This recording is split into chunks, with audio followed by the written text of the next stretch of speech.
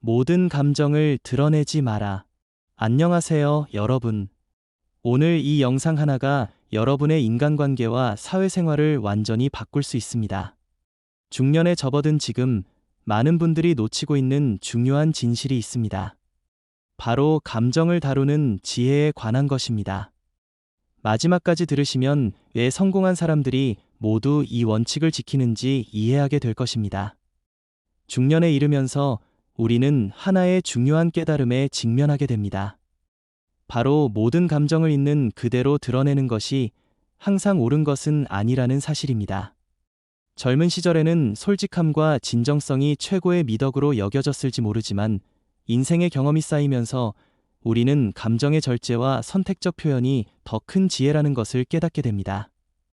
이는 감정을 억누르거나 이선적으로 행동하라는 뜻이 아닙니다.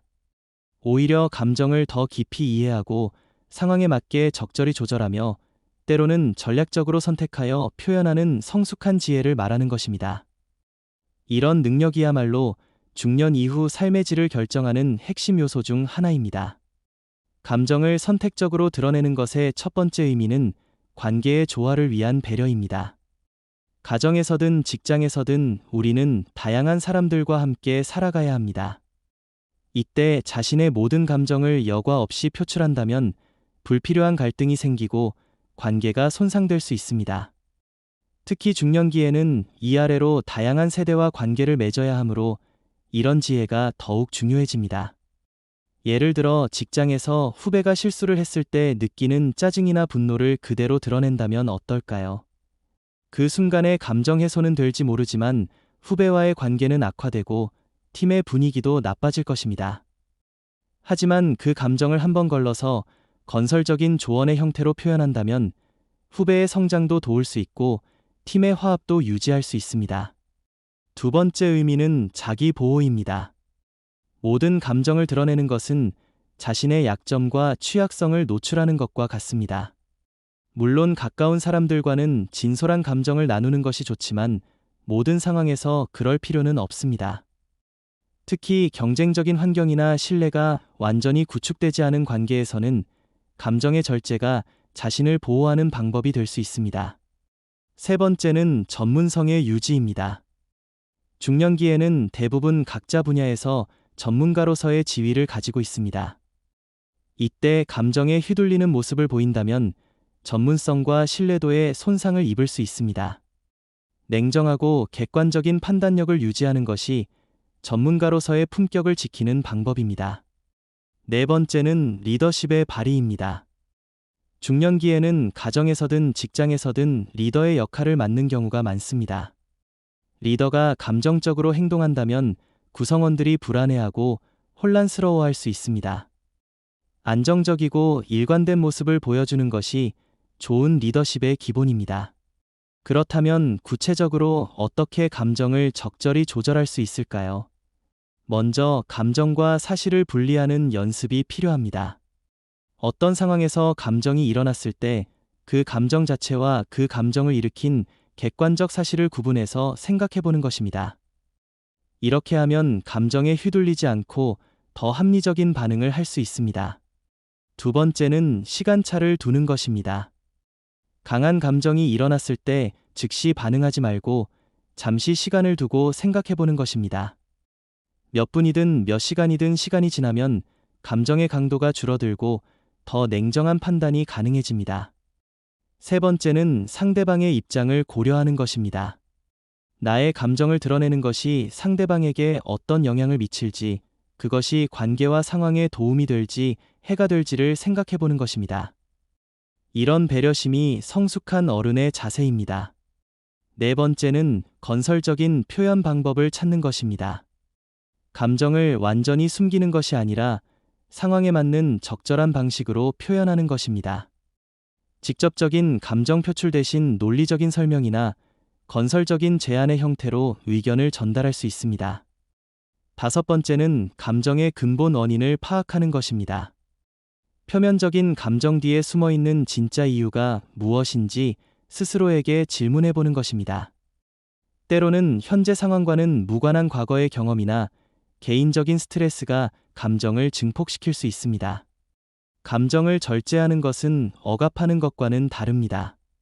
억압은 감정을 인정하지 않고 무조건 참는 것이라면, 절제는 감정을 인정하되 그것을 지혜롭게 다루는 것입니다.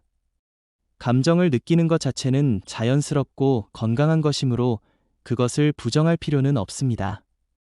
중년기의 감정 관리에서 특히 중요한 것은 세대 간의 차이를 인정하는 것입니다. 젊은 세대와 기성세대는 감정 표현 방식이나 소통 스타일이 다를 수 있습니다. 이런 차이를 이해하고 상황에 맞게 조절하는 것이 필요합니다. 예를 들어 젊은 직원들과는 좀 더 개방적이고 솔직한 소통이 효과적일 수 있지만, 전통적인 사고방식을 가진 상사나 고객과는 보다 절제된 방식의 소통이 적절할 수 있습니다. 이런 유연성이 중년기의 지혜입니다. 부부 관계에서도 감정의 선택적 표현은 중요합니다. 오랜 시간 함께 살아온 부부일수록 서로에 대한 불만이나 실망이 쌓일 수 있습니다.